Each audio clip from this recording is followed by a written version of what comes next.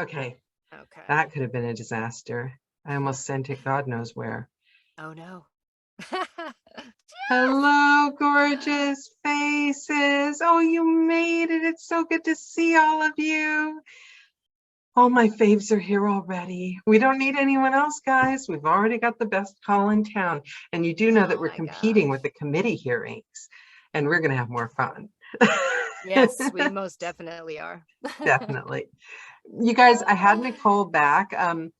I Hi, Jeff. I'm tempted to introduce Nicole all over again. I have told her, I probably didn't mention the quirky questions, but only quirky questions allowed. I'm going to send Nicole, I've asked her to please ignore the chat, but I'm going to send her the chat afterwards. So if you do have something to say to her, she will see it. And I want to talk everything. What I really want to start with, though, is we've got some interesting subjects that we touched on before the call, but I'm really curious because your website fascinates the hell out of me.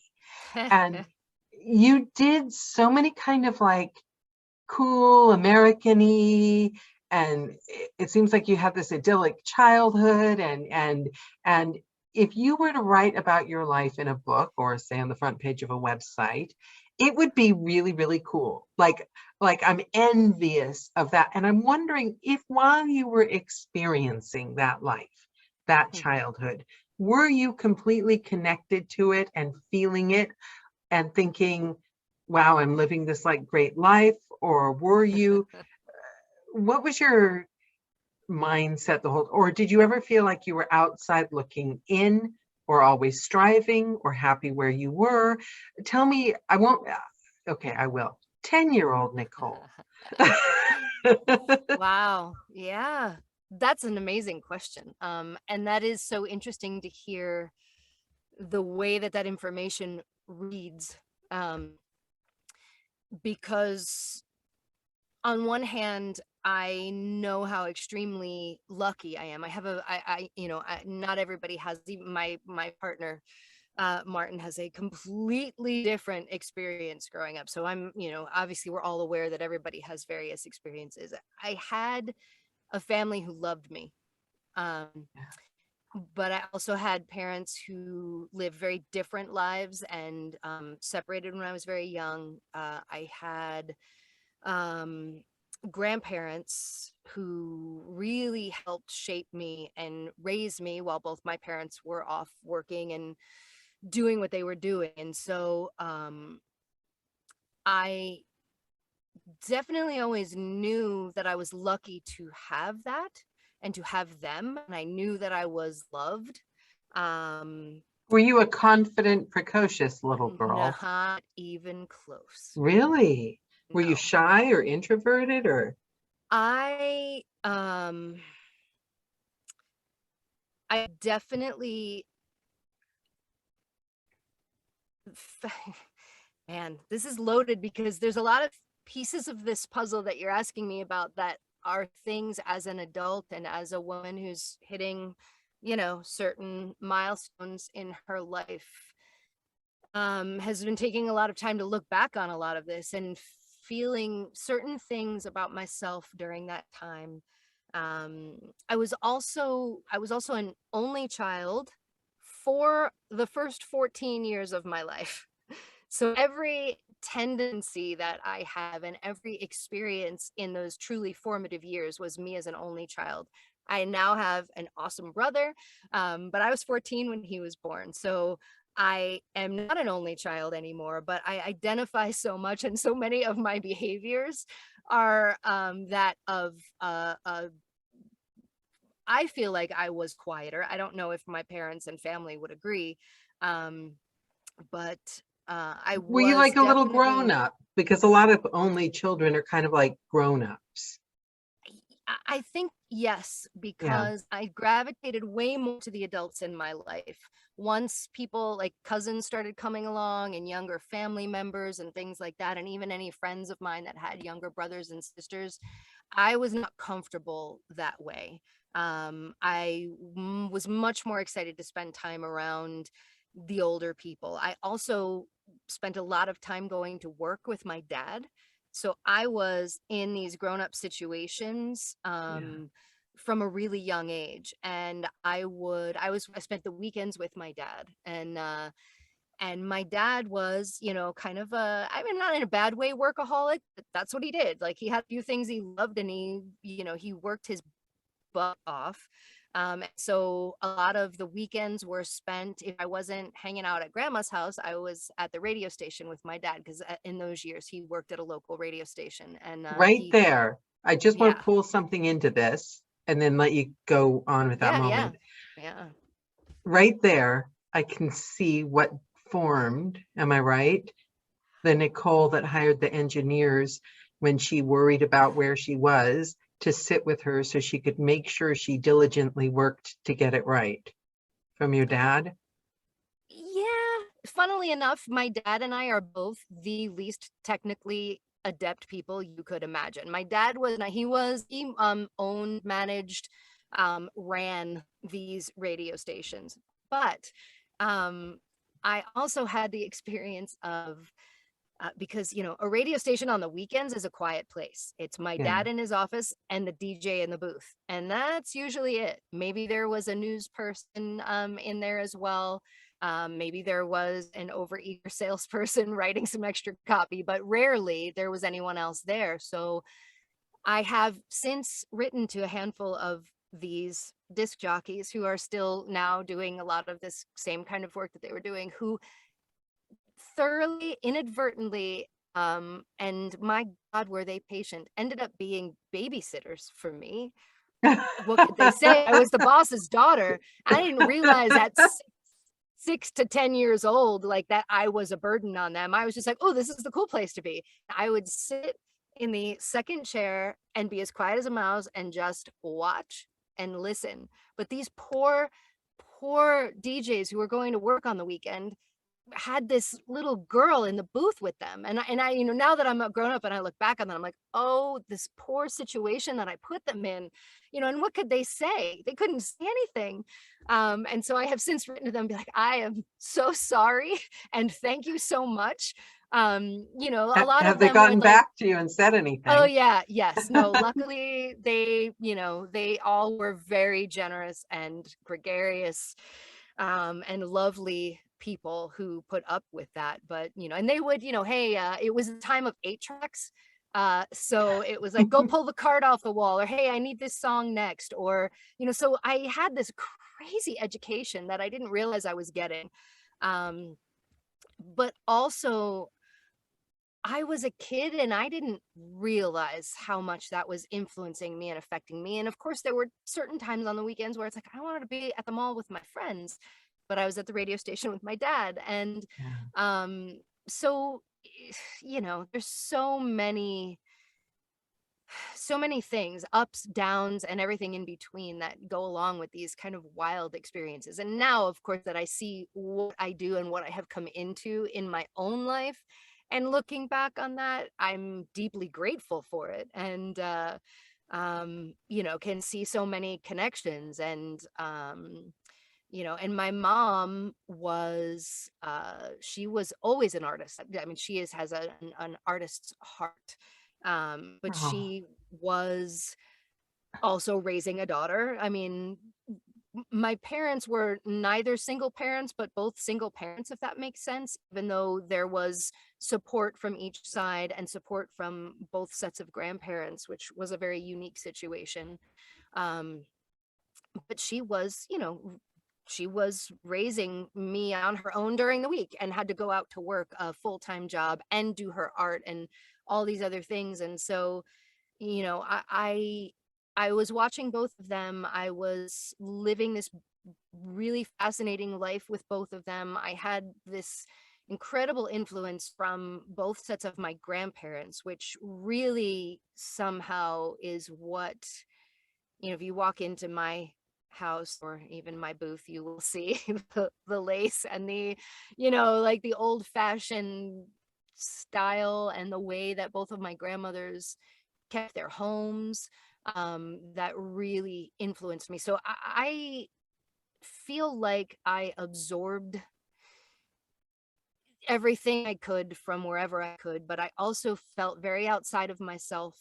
Looking in a little bit, I felt like I was, and this was nobody's fault. It's just the experience I had. And I definitely lived in my imagination. Um, I I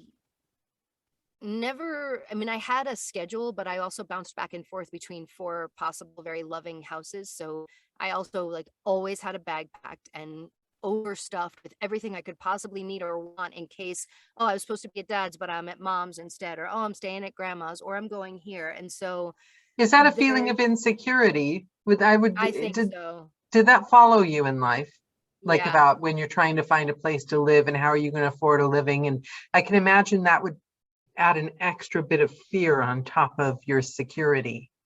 I think it definitely, and again, I'm talking from things I'm discovering about myself as I am becoming more and more aware and trying to find my own truths in this life. So this is in no way, shape, or form anyone in my family's fault. I just want to say that. But also, decides to watch. But also, it's not a negative.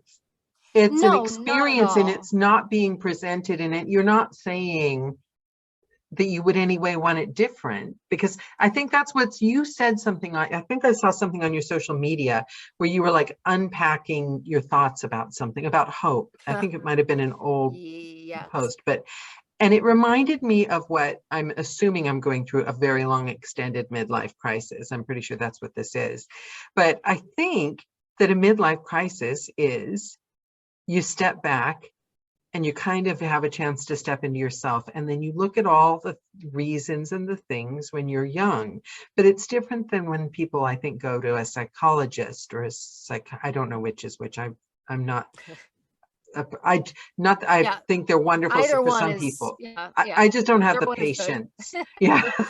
But then you're unpacking things to find out the root cause. But I'm thinking, from what I read from your post, I'm purposefully going here, is, do you not feel that you like woke up one day and there's a puzzle, and the puzzle is you, and all the pieces in your past fit together in the puzzle? And so the extra layer of fear moving into places because you packed a backpack.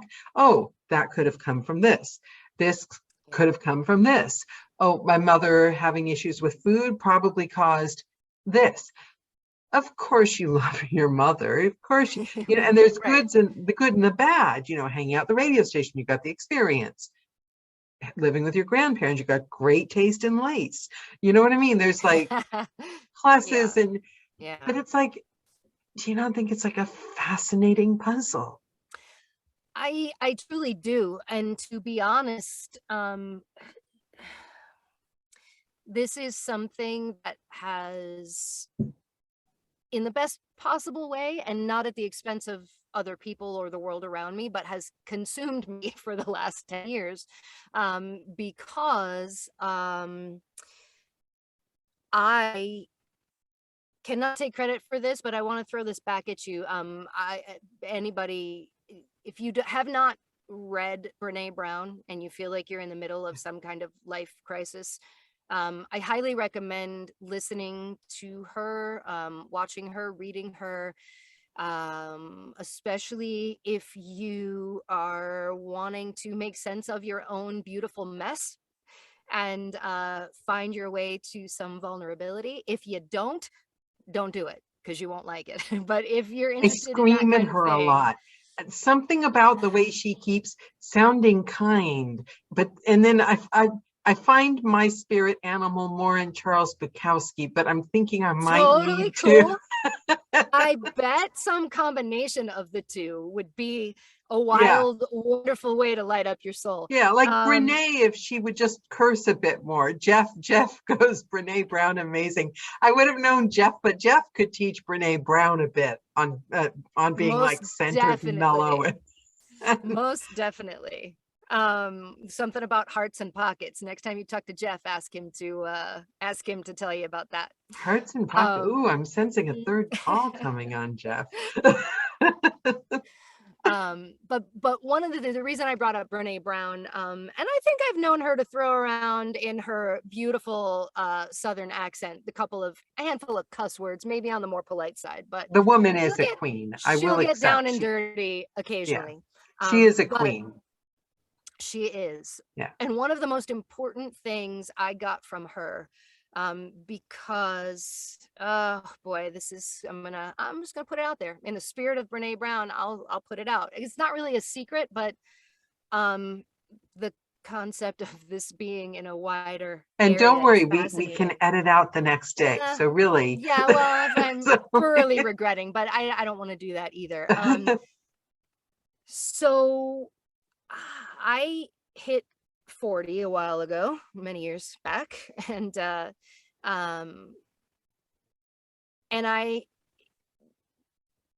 was a handful of people in my life at that time that decided it was a midlife crisis I was going through. But I read something by Brene Brown and understood that what it was a midlife awakening. Yes. Claiming your fire. That's what I'm saying. Stepping into your own feet. That concept, and yes, there were some things that were messy and not great, and that I would have loved to have handled and done differently. And, but I changed the trajectory of my entire life. And because it was what needed to happen for me. Was that when you started boxing? Yes. Yeah. See, growth is not attractive. It's all deeply intertwined, and that is a story for some actual wine and not this sparkling water in my cup, and another time. But yes, at my entire life changed. It's also when I got my first audiobook. And it launched literally and in a completely other life for myself, which is what I needed. I was not in the right place. I was losing myself in a lot of ways, mostly emotionally. And so anyway, these last 10 years now have been really both deciphering each individual piece of that puzzle and now putting it back together so that the picture is the truth of me. Okay, I have a question. Yeah. So now I'm not saying you're on the other side of this, but you've been putting the pieces together. And I've heard your narration. When you go into the booth, you are that character. I've heard your narration. You are 100% there. Thanks. Are you that way in your life?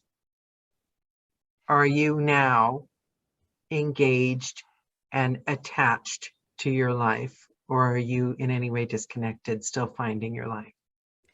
If I am in any way disconnected, I know that that is where the work is. And that is where I go to. Ooh, that is good. That is, wow, that is good. That's where I've gotten to. And the puzzle is not complete yet. And I don't know that it ever gets that way, because my hope is that I will be learning something new about myself. But apparently I've decided I'm going to try to live till 100 at least. So I believe that as deeply rooted as we can get, because that's what I'm working on. That's where I'm at now, is permission and rooting myself and standing tall and not giving a fuck about what anyone else wants to say about it. Not that I don't, sorry for anybody that has an issue with truck driver mouth. But for anybody that does have an issue, not anything, probably don't watch A Cup of Joe call. Because I gave up on the whole. I got accused of triggering someone once. I really thought it through, and now I'm just like, sorry guys, all bets are off. You know what to expect, so go for it. Well, and with respect, because I certainly don't look. Not we all. That's the other thing. So if I'm feeling this deeply and strongly about the stuff that I'm working on and what things have triggered me, or the things that I feel, or the things that I'm trying to heal and put behind me, because I want to be the fullest version of me, because what the heck else are we here for? And Yeah. that's my feeling Yeah. only. No one else has to feel that way, but that's my feeling. Then I want to respect what that takes for anybody else. So I don't want to trigger anybody else, No, but the you know, problem is, though, you have to live in your own feet. So you being authentic will trigger people.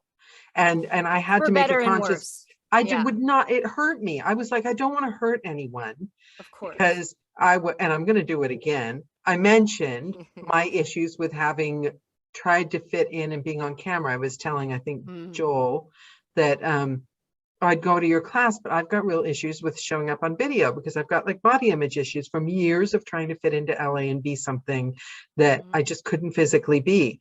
And somebody got upset and triggered. But the thing is, my years of dieting and giving my life away to that is a big part of my story and who I am. And I can't not be that person. I would never, ever tell someone that they had to diet. Have to sacrifice your own story. Yeah. Because if it does trigger another person, then that's something that person does need to look at and work with. But if there are those potential things, then maybe just in the intro to the call or in the notes, hey, trigger warning. My friend and I went through that, and we realized that in most of my calls, there would be 6 or 7 trigger warnings. So then it's just kind of like, I'll wear a badge on my head and say, this isn't, it's a weird line that we're straddling, and it's a generational thing. It really is. I'm in Generation X, whereas people that are not Generation X, I get confused. Millennials, I can't remember what it is, but it is a generational thing. And I don't want to be a person that's stuck in my way and offends people because I refuse to see. And I'm really proud and happy about the changes that all the activism and everything is. But I'm also very happy with the irreverent side that Generation X has. We were latchkey kids. We sucked it up. We didn't whine about things. And I'm sorry, I know that's not popular. It sounds horrible, and you shouldn't, toxic positivity was like a really cool thing to me. I just think finding the pieces of your puzzle, I guess, because it's overwhelming, isn't it? Well, and trying to help everyone, please everyone. And I think where I'm trying to find my way through this is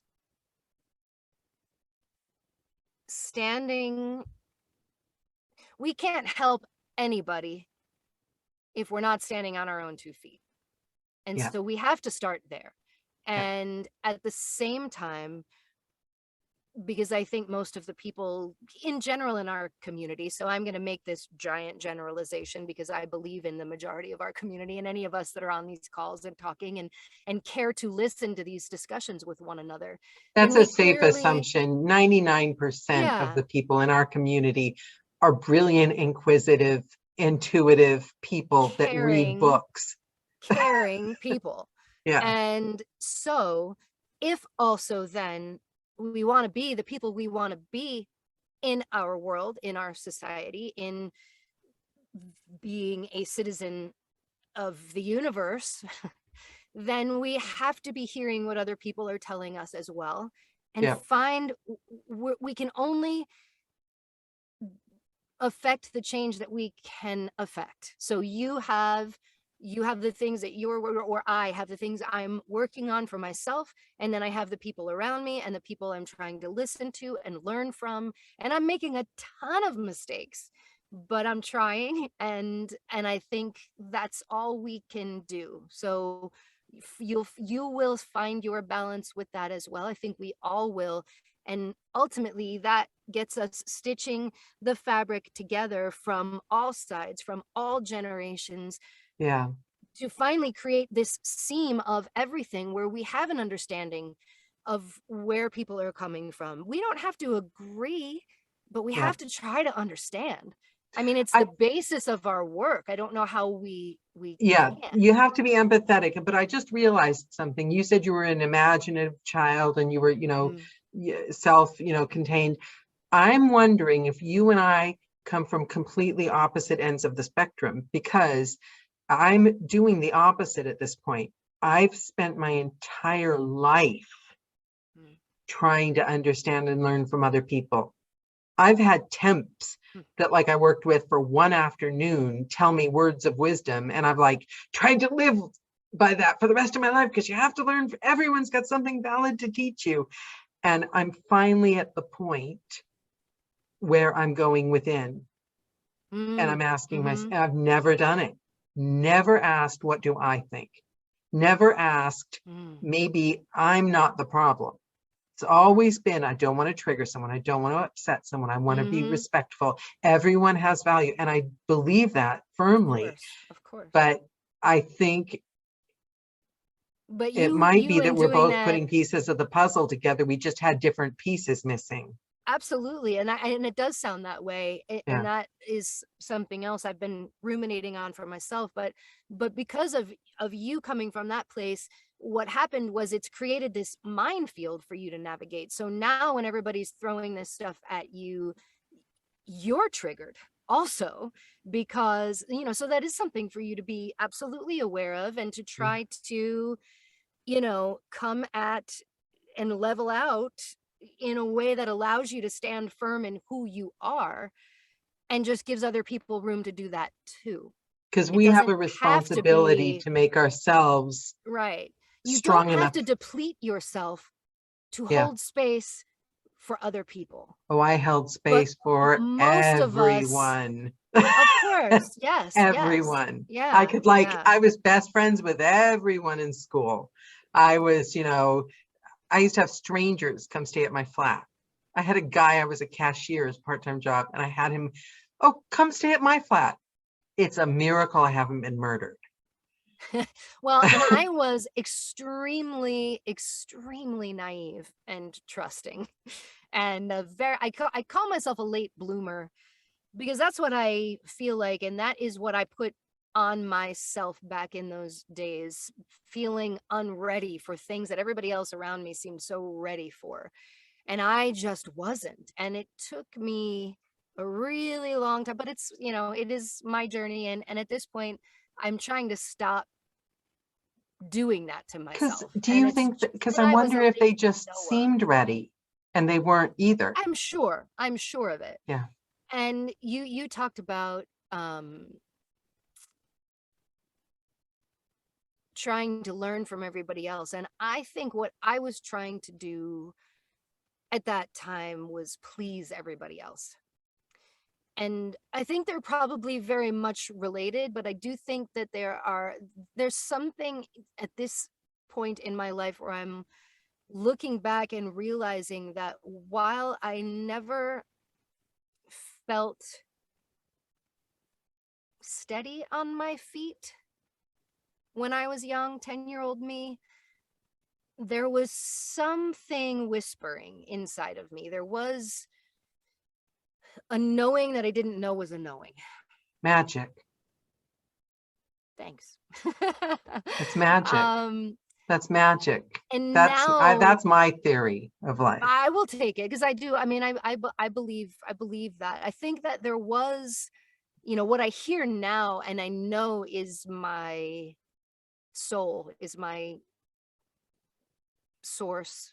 I'm going to throw out all my hippie words now. Yeah, but that's to me magic, the connection to the world. That's who I am. And so what I now know are those things inside of me. They were whispering back then. I just didn't know to trust that part of it. I didn't know that I could stand steady in that then. So, and because I think I compartmentalized myself a lot at that age as well. Like with each, depending on which house I was in, I was a slightly different version of myself. Oh, wow. Oh, I could see that. And And I that don't was know smart. why. I At mean, I that think age, just that's a smart thing to do. there was different ways of making different people happy, or each person or segment of my family operated a little differently. And so I fit myself into those various operations. And because I just wanted, I did a lot of things, I think, because I was trying to be good. I was trying So to be when good. I think people I did liked well you a in lot, how did you react? If a guy liked you too much after you spent a lot of time trying to get him to like you, did you suddenly that. go off him? Never happened. It never That never happened. happened. No, I was always the one crushing. I was always looking for it from other places. I'd say you're Um, bringing back Brene Brown, because every single thing you're saying, because when I went to do the promo, mhm. um, boring, bringing up weight, but it's like my love language, guys. I went with the heat, and like having gained weight, I figured out how much weight I'd gained in COVID. Last week, I tried to go back on my old diet, which includes logging every single thing you eat, measuring 1/4 of a teaspoon of whatever, Mhm. and thinking about it 24 hours a day. That's it. I lost a week of my life. I can't remember it. It's completely gone, just thinking about this external guideline. And I looked at your video and on your trailer on your website, because I was doing the promo, and there's like an acting trailer. Mhm. And you on that acting trailer are that girl that I spent my entire life going, I just want to be like her. Life is easier for women that are beautiful, that she could have any man in the world. And it's so, every single thing, the artificially restricting the calories, I lost 7 pounds in 7 days, Wow. and thought I just have to and when I'd been on that before, I'd lost a lot of weight. And I remember thinking in the end, I was too thin. I was much too thin. I was working out 3 hours a day. And I remember thinking, I'm literally starving, and I just have to learn to like starving. And then the world I won't have this badge saying I'm not as good. And I think we all have a badge. With me, it was an easy one. I could blame my weight for everything. With you, you blamed your labeling of yourself, right? But everyone else looking at you, you were that, oh my God, in that trailer, you're like the girl that I, with 100% certainty, would think, if I looked like her and could act like her and be in a show like her, my life would have been wonderful. And I've missed out on that life, because I've spent my life and I've never achieved that, which I know living in LA for years doesn't help that, but this There's so is what many I'm talking things about, that don't triggering. help that, but You got to be able to say these things out loud, because I don't think not saying absolutely. these things helps anyone. Do you know what I mean? So I do deeply know what you yeah. mean on a few levels, which so I also had very similar struggles. Weight was a huge thing for me growing up. I found my comfort in food. I love food way too much to get happy with starving. I have been dealing with similar things in a compounded way over these last few years because of other things going on in my life as well. And I also realized that there have been a couple of things in all of this, kind of breaking down the puzzle pieces that I've been looking at around that particular issue, because it started, I guess it was October of last year. I finally, because I now live back on the East Coast, but I'm in Western North Carolina right now. My family's in New York. I was in Los Angeles for 15 years. And during that time in Los Angeles, there was a bunch of, handful of things still left in my dad's basement, which constituted a couple of giant, plastic bins of photographs, everything I had collected in my lifetime, you know, like Wow. photo albums, random pictures, you know, like my yearbooks, things like that. And so I now am within a day's drive of my family, and I went back up there and I was like, and then I also now am very lucky to no longer live in a studio apartment for the last 10 years, but live in a place where I have room to take these bins and Yeah. have them with me. Like I spent 15 years of my life with like 5 photographs of my family or friends or whatever. So I took them back with me, and I spent a few weeks time going through every single one and organizing it and looking over my life, which was an interesting thing to do as a precursor to the next big milestone that Wow. happened for me this year. And one of the things that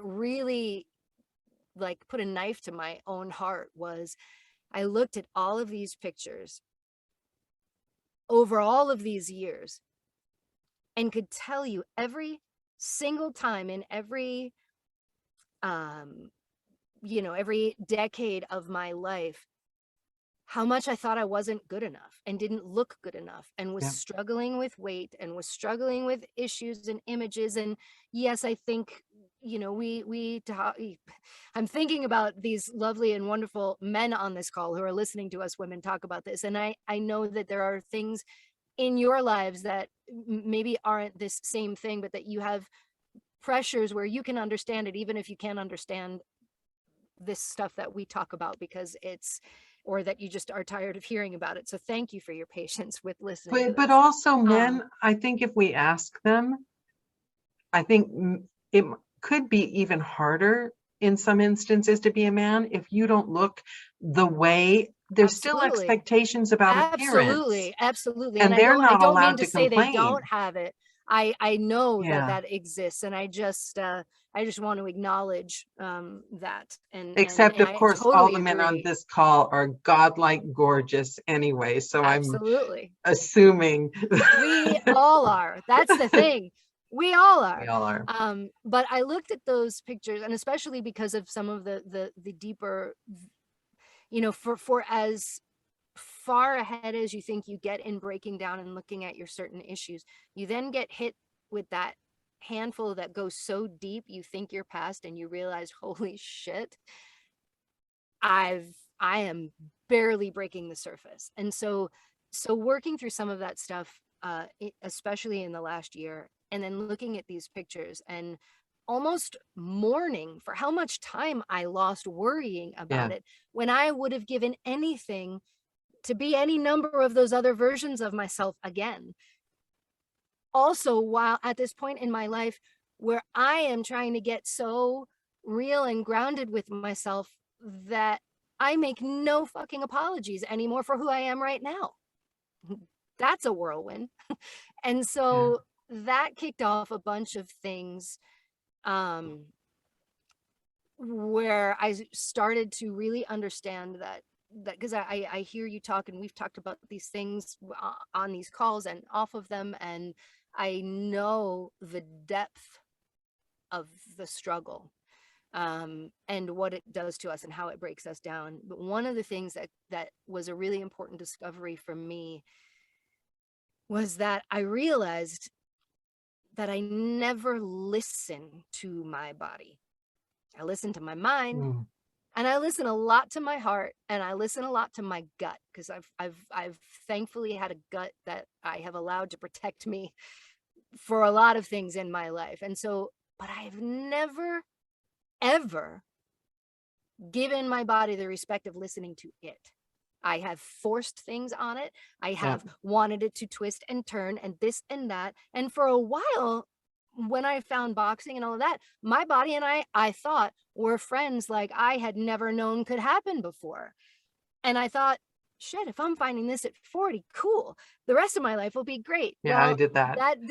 It didn't last for very long. Doing the kung fu, I was like, oh my God, I'm hot and I'm tough and I can kick ass. And And there's a then it time went in our away. life where we need to know that we are that powerful. Yeah. And that was important too. But you know what? I still wasn't actually listening to my body.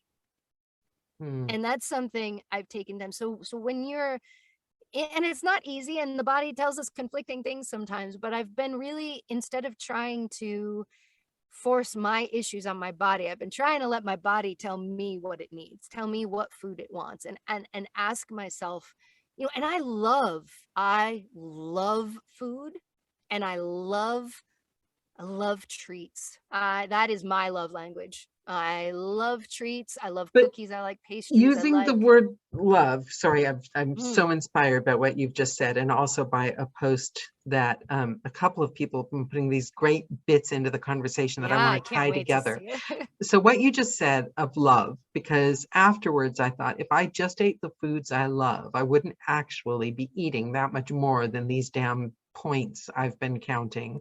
Yes. And then I went in today and I did some creative things. I was telling you, on a rare day off. Yeah. And every time I lose myself in a book, or like I think they call it flow, but every time I achieve it, even if it's just redoing your wardrobe, you know, cleaning out your closet, every time I do something like that, the pieces fall away. They're all in the background, and like they're fine, and like, and I'm strong, and there's no question, and there's no doubts. And Kim said earlier, like, comparing yourself to what others post on social media, because that's extrinsic, that's looking for the outside. And she said, is it okay if I say that out loud, Kim? The other bit that you bit about the through line. She's frozen. I don't want to say it out loud just in case. Yes. She messaged. Oh, okay, hold on. Even though I'm not supposed to be looking at it, it popped up on the bottom of my screen. So Kim said both her children displayed certain ways of being when they were little. They still have them as they get older, a through line. And I think if we hold on to that, which is our strength. And then Sean said, but then I've got a very good point about this. Sean said, as vocal artists, male or female, the quality tone of our voice is something we stress over.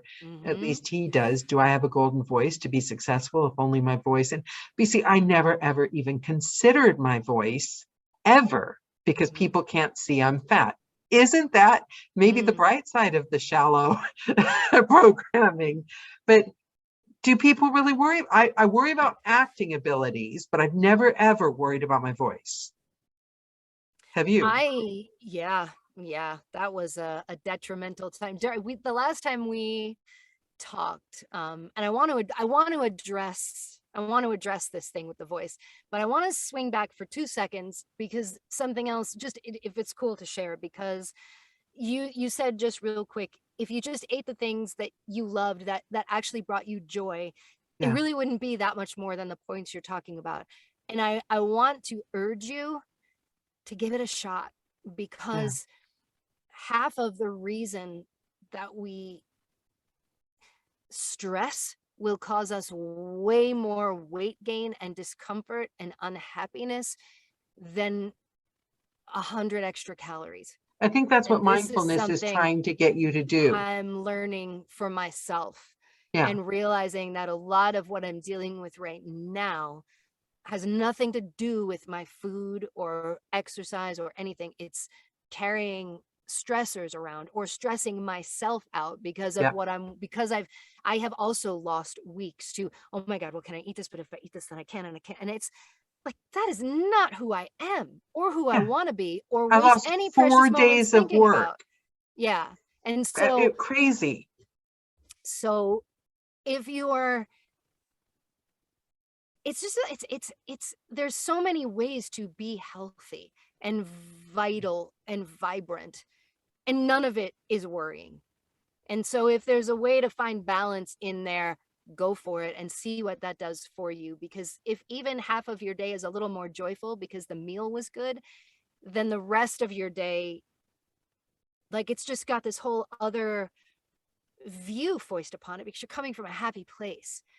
And there's a difference between being, like, I asked myself, because I I know when I am eating emotionally, and I know when I'm eating something because I just want to enjoy it. And I will ask myself that question when I'm in the frame of mind to do that. And even if I say, yeah, no, I'm just eating emotionally today. Okay, I want it anyway. There's But nothing then wrong I've with made eating an intentional emotionally, though. choice. No, Even, but at least it's an intentional choice then. yeah, And and it's it's a not smart just, move. yeah. But I think it's the layers we put on top of it, the guilt and the stories we tell ourselves. And And it's like that's where all the stress and all all that the other stuff. crap And then comes we're in. just screwed. And we So, know not to bring that into the booth. So but then how can maybe, you not if that's your whole day, yeah, and so yes, it is all intertwined. yeah, But and with the voice stuff, the last time that we talked on a call, and we talked about how, like, with the engineers, and that I did take time out because I was losing myself in all of the self-direction, and in all, because I was one of the very lucky few who started with Jeff at Dion Audio. And so I had the glorious fortune of walking in to a gig. Like, for yeah, me, it was like I got a gig and I got to go into the studio and meet other narrators and work with an engineer and directors and people who had so much knowledge to offer me. Um, that's how I got my start. And I know how lucky I am um, to have started that way. And when, for me, the business really started to shift toward home studios, and I think too, a lot of that was location, because if I had just come to this and if I lived where I live now, I would have started in a booth on my own. But I only recently have really moved to that, because in California, and because coming at it from an actor's perspective, I was a gig girl. I wanted to go to the gig. I wanted to be a part of something bigger than myself. I never got into audiobooks to sit in a closet and talk to myself. In fact, that is something that really started to hinder my love for this work as it started to happen. Now I'm in a very different place where I've got a rhythm and I've got a flow and I've got a booth, and I'm in a place that, now I can really call my own shots in a way I couldn't for a while. And I'm loving it, like, in a new way. But at the time that I was really building this into a full-time career, it was messing with me to have to self-record. As I mentioned, am not remotely technologically savvy. So that I spent 2 years panicked I was going to push the wrong button and lose everything I was recording. I'm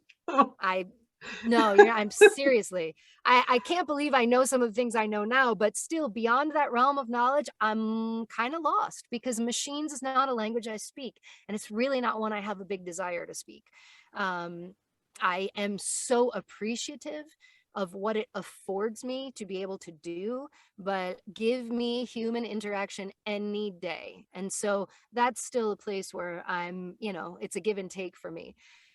But along with all that self-direction and burnout came panic that, well, I wasn't delivering good enough. Like, I listened to all these other people tell these stories and loved what they were doing so much that I would get in the booth and think, I've got to try to be more like that. I've got to try to be more like that. How can I be more like that? And I will did you never ever listen to forget. Well, yourself and think, oh, not that but bad? I mean, we are constantly, no, It's hard, but it's a really weird and useful, if you pretend you're someone else and go and listen to one of your books, just a little bit of yeah, it, like when you do your normal audiobook listening. yeah, And sometimes I'll do it. I did it before APAC, and first time ever. And that critical voice was gone because I was listening to the story. And I really actually liked that narrator. And that's I awesome. don't often Yeah, feel that way, like, because when yeah, I'm recording, I'm in work mode and there's always something I can fix. But yeah, if yeah, I put my listener ear on. I've only done it a few times, but I did it recently with a nonfiction. And because I'm mean to myself normally, like, you know, with a whip. Yeah. And I know how stressed I am. So I think, you know, that's going to come through. And it informs for like a month my recording, because it reminds me. Yeah. Listen, because I've listened to you. You're amazing. Listen to yourself like you're a listener, not like you're a narrator. Thank you for that. You know, maybe that is the difference. I did recently, there was a book that I did in 2019 that I really wanted Martin to hear, or read or hear, but he was like, well, I want to listen. And it was a co-narration, but we ended up listening to it together. So I had to listen to my parts, and I will forever pick them apart because I can hear what's not good enough. But I don't do that when I'm in the booth, because in the booth, and I think some of this is the performing background, the theater background. You know when you're in the moment and when you're not. Yeah. And if I'm in the booth and I'm in the moment, that is acceptable to me. It's the afterwards. I was one of those people, if I'm shooting a film, I don't want to see the dailies. I cannot watch them. If you need to, if I have to fix something, if there's something technical I need to see, I'm not hitting a mark or this or that. I loved it. Cool. I loved it. Maybe I'm I like can't really do shallow. that. No, because I'm very shallow in other ways, believe me. But that's just, I think it's for me, it has to do, I think that's where I can feel a flow. Like if once I know that there's people, and we all work differently, and I thoroughly respect everybody's various ways of doing things. So this is not at all a critique on anyone else's process. I know some people that, like, they'll record a chapter and they'll also do their own editing, or they'll listen back and have to fix. I can't work that way. I am an in the moment person. So I will fix as I go. And if I then can keep going and the flow is there, then as soon as I'm done with that chapter is done and sent. I will not go back. Along the theme of what we said about you wanting to like be very kind and always listen, and me not having any problem triggering it all, I'm going to say something, purely my opinion, but I kind of don't care if it upsets anyone. When I first started, I did the editing, and I'm really glad I did, because I learned a lot and I'm quite good at it. So I got a really good ear. Yeah. My first few books, I had an editor, and then I trained myself. I don't anymore, but it gave me a good foundation. Yeah. But along the lines of what you said, punch and roll is not, here's my chance to micromanage my acting.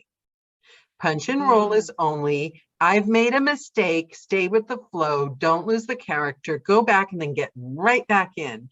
And I hate people that, I love you all, but if you think that it makes you a better narrator because you identify as a perfectionist and you listen to yourself over and over and over again and redo your work, then you are not in the moment, you're not telling a story, and you could be a great editor and maybe get a job being an editor.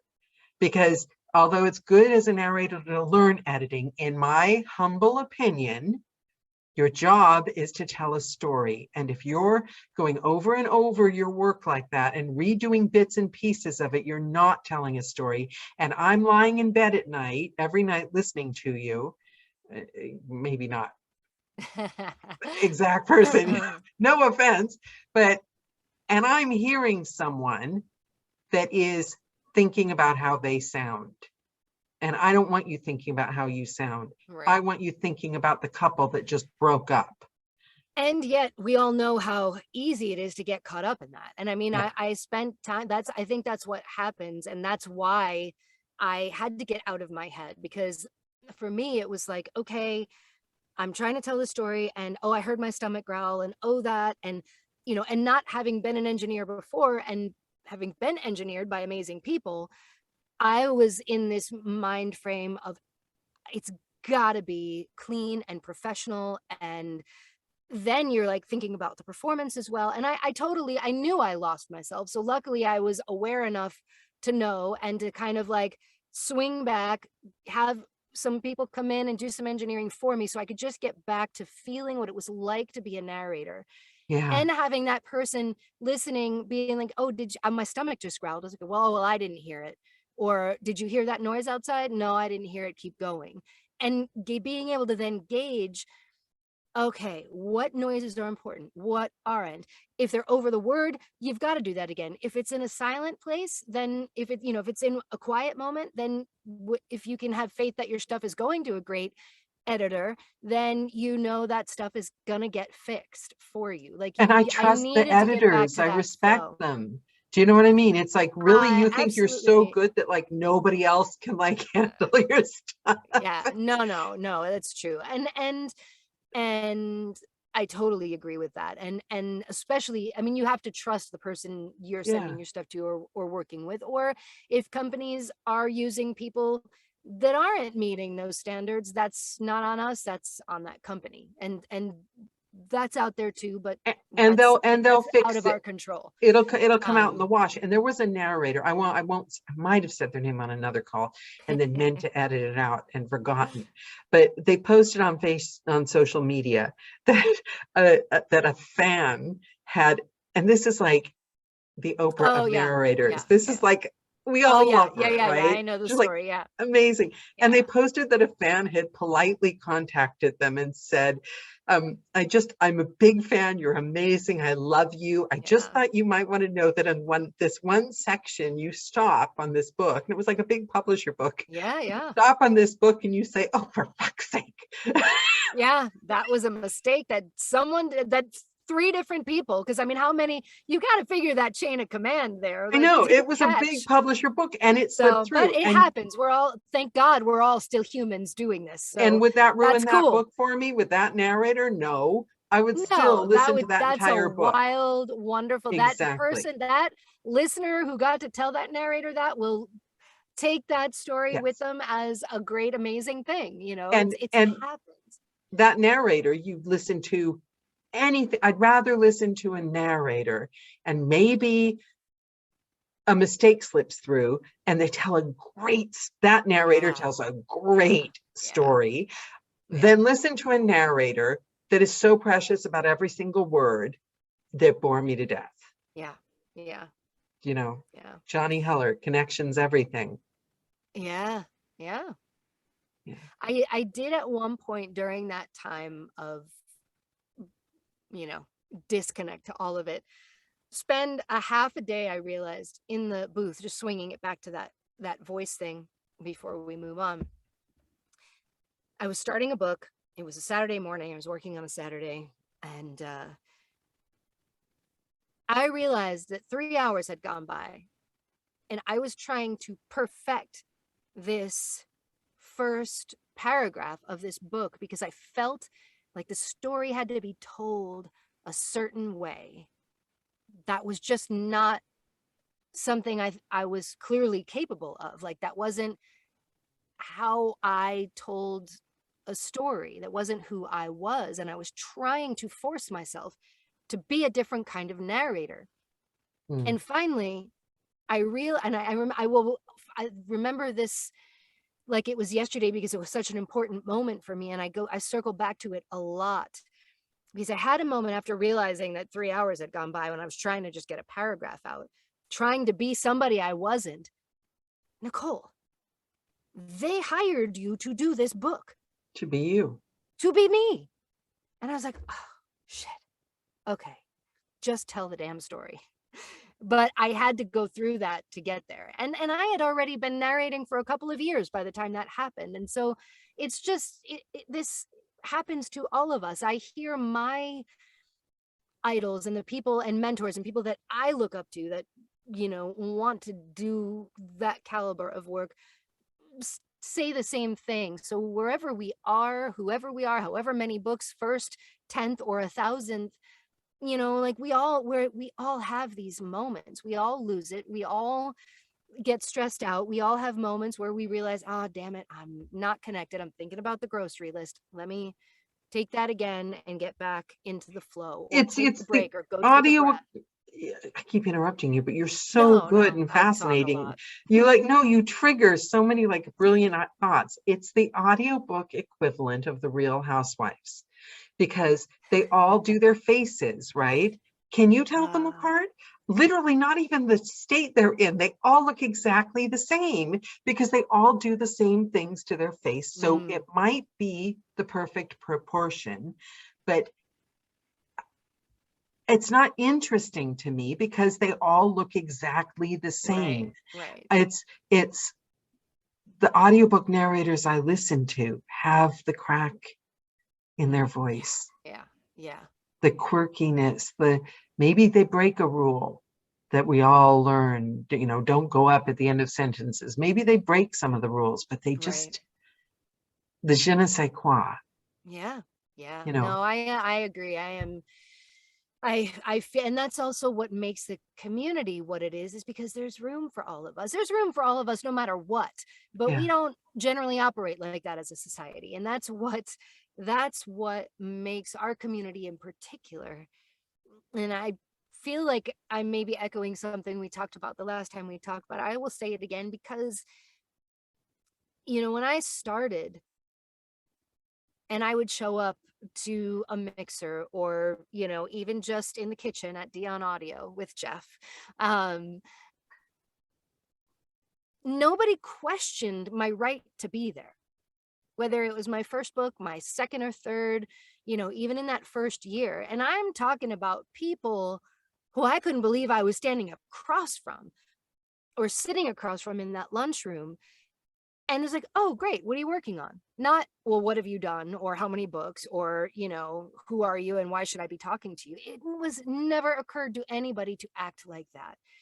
And that is also because even now, and that was 10 years ago. And even now, as much as the industry has changed, as many more wonderful narrators that we've welcomed into this community, that is what there's room for all of us. Because they're all 10-year-olds. It's all those, the question I ask about the 10-year-olds, the precocious, the introvert, the reader, the kid that's father gave him the cassette player. I think it was James Romick and Byron both had that experience. It's a common, inquisitive, intuitive people, readers, fascinated by life, whatever direction they took, whether it was radio or corporate or whatever, and they ended up here. And I don't think any one of us can quite believe that this exists, that this, like, how many people suddenly found something that's like better than any job you could ever have imagined you wanted when you were 10. All your dreams come true. So there's enough gorgeous to go around where there is, and there's also nobody does this work that doesn't like it. You can't. You can't. So it's a fail-safe. Can you imagine? Yeah, I mean, you can't.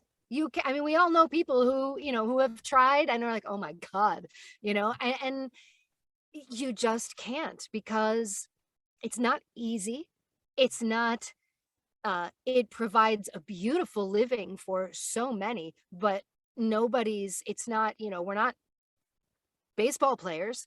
You either are a narrator or you aren't. Remember when COVID came up and everyone was like buying like blankets to put over their closet, and everyone was like, oh my God, they're going to take our job. And those of us that have done it were like, if they stick to it, then they were meant to do it anyway. And absolutely. Welcome. And well, exactly. And if they weren't meant to, they're going to last half a day. Yep. But this is, wow, I feel like we've pretty much unpacked the world, and I've had like 20 years of therapy personally. I'm going to have to go through and make sure. Thank you. I edit out all the me parts. No, don't you dare. That's what makes this all. Without you, we have no cup of joe. But we figured it out, didn't we? Putting the puzzle pieces together. Yeah. going towards the It's honestly creativity. just waking up every day being excited to look at what piece is in front of you, and I'm some days still a that's little hard. bit annoyed and bitter that you got to go in the studio and work with Jeff, and I wasn't around that early. It was a truly special experience and time, and I know that there are many people that don't, yes, it was I know, truly but magical. everyone that And worked with Jeff also, says that, and now I'm yeah, well, jealous. Jeff's a pretty special human Okay, in general.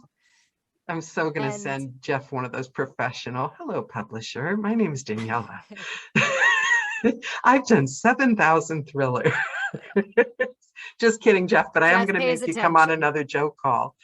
Jeff pays attention, and his cohorts at the time, back then as well. And it was quite something, and it still is. And now we are all in these new facets of our life, exploring and bringing these new things to ourselves and to one another. And But it's all good. We're all growing together. We're all living this life together and connected, and also leaving room for us being who the heck we are. I've got to say, you were going to get off easy without the final tough question, but Kim reminded me of it. Ooh. And also, actually, I think, Kim, that's a good one. I'm gonna let her off the hook for the capsule question. I'm going to ask if Jeff is willing to tell us the story that shows just a bit of the amazingness of Nicol before we hit her with one final quirky question. Aww. Are you happy to come on screen? You might not have been prepared for it. Okay, hello, Jeff.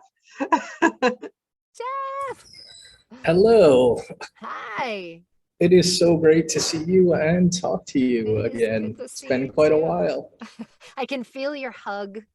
Right? I can feel yours. So tell us a story, Jeff. Nicol is always a ray of sunshine.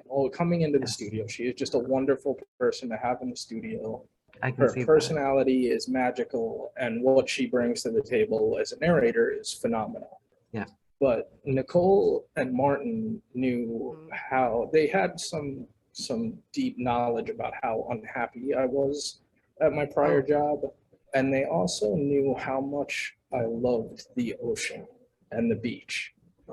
And one day, out of the blue, Nicol and Martin literally showed up with the beach and put it in my hands so that I could have a bit of zen in this place that I really didn't want to be.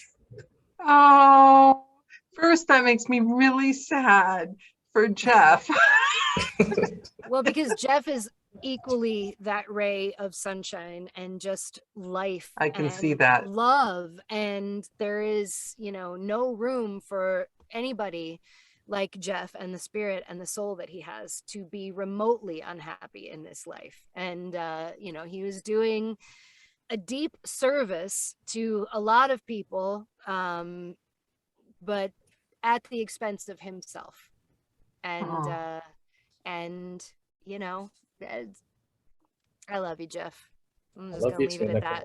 Thank you. Love you. Yeah. I love the fact, what does it say though? That because you're universally loved, I think that's safe to say. I mean, you've noticed that, right? With all the calls and all the posts and people begging to have you back. And so it's beyond, oh, it's a publisher that can get us work. It's because your kindness to people. You're basically a kind human being in the way you think of the way you think of things, the way you react to things, the way you answer questions. You always find the kind path. And I love to think that because of that kindness, you ended up being rewarded by being taken out of the happiness, and the kindness paved the path to where you were meant to be, to doing something that you were meant to do. Because the fact that Nicol saw it, the fact that people saw it and could, when you're like not, it's like you've put all your puzzle pieces together as well. Jeff paved that road, not brick by brick, but by like bead of concrete that makes up a brick. Wow. One at a time. And he's been paving and paving and paving and paving for himself finding. So yes, but make no mistake how much work he did for himself to find this pathway. And thank God things are right in the universe for you, because you deserve it so much. And now you're the king of us all. So, I don't know about that. you are. We all love Jeff. So yes. that's, I think, what a great, okay, guys, this is the perfect time for the final question. And if you've ever watched any of the calls with Jeff, you'll know where this comes from. Thank you, Kim. Did Jeff ever prank you, Nicole? Nope. You know, I don't think so. I mean, I think maybe I am a gigantic scaredy cat. But so I don't think so, because I also think for both of us, if we were in that place, getting to work together, or just be in that place, even if we weren't on a project together, but knowing you were at your desk and I was in the booth or whatever, it was just, we both just wanted the joy of knowing each other was around or being in each other's company. That I don't think that was not in our purview. I don't think so. I mean, it's very possible you might have startled me, or if I was there one night doing something, you know, working on a night shift, and you know, and there was Jeff at his desk late at night. But yeah, so no, I did not get the pranking. I was not really a part of that culture there. So, but you know what's weird? Do you know what's weird? It's what you said about the community and all that, blah, blah, blah. We hear it a million times. Sorry, I'm not saying about you, but like we all hear, no, we all say it, we all hear it. But this conversation between you and Jeff, like just, I love you. No, I love you. No, I love you. No, I love you. But the thing about it is more astounding if you consider that we're going for the same books. We're doing the same auditions, all of us, new and old. We're, you know, asking, all joking aside, you know, we're asking Jeff for jobs. Jeff's having to kindly, you know, not cross that line, but still be friends. It can't be easy. Do you know what I mean? It's, and yet the love is tangible, to be as, you know, cringy as I can be about it, but it is literally tangible, and we could easily be stabbing each other in the back, but nobody does. Because I think that there's another layer of love beyond what we have for one another. And look, there are heartbreaks. I mean, that happens. Sometimes there is a book you love so much, but it doesn't come your way, or it goes somewhere else. And it's also very possible it goes somewhere else and you might not love where it went. But, you know, and there's humanity involved, and that's just what it is. Yeah. We don't all love everything everybody does. It doesn't mean we don't respect what it takes to do it, or the person's ability to do it. It just may not be our taste. Like we all have bad days as well. The sound of my voice, and that's cool. Like I get it. Believe me, I get it. But there's also a lot, because it's not just about us, because we are simply a vehicle. And for the good of the story, or the good of the book, or the good of whatever it is that we're working on. Now, some things we do create purely from us. You know, there are narrators who are writing books as well as narrating them. There are painters, there are artists, there are actors who have written movies. Like, yes, there are things we create that are ours, and there is an ownership. But I think part of the reason we don't get so bitter and snippy with each other is because it's ultimately not about us. Yeah. And we all keep that in mind. You know, and so sometimes, you know, the author, you know, I might have loved a book, but the author just heard what she heard in her head when she was writing it, when she heard this other voice. Well, then that's the voice she should have, you know? And so I think there's an additional layer of love beyond us for each other that we have for what we do, that helps us get through that stuff. And a pure striving for the best outcome Yeah. possible, the best product, the best telling a story. Yeah. Oh, on that note, thank you so much for joining again, Nicole. This Thank you, guys. call was everything, and it was one. And thank you for joining us, Jeff. Of course. Made it Anytime. even better. And everyone, you guys, all my favorite regulars are here. I would say name you all by name, but I probably embarrass some, and I promise anonymity at times. But yes, we have a strong group of our regular guests, and this call has been wonderful. Thank you all. Thanks for showing up, and thank you so much for having me and for just shooting the breeze and talking life. Yeah. It was May it really, be really for lovely. all of you. And video will be up in 2 weeks, you guys. Go forth, have a wonderful summer. If anybody needs to know how many more days till fall, just ask me. I'm counting the seconds. I've got it on a spreadsheet.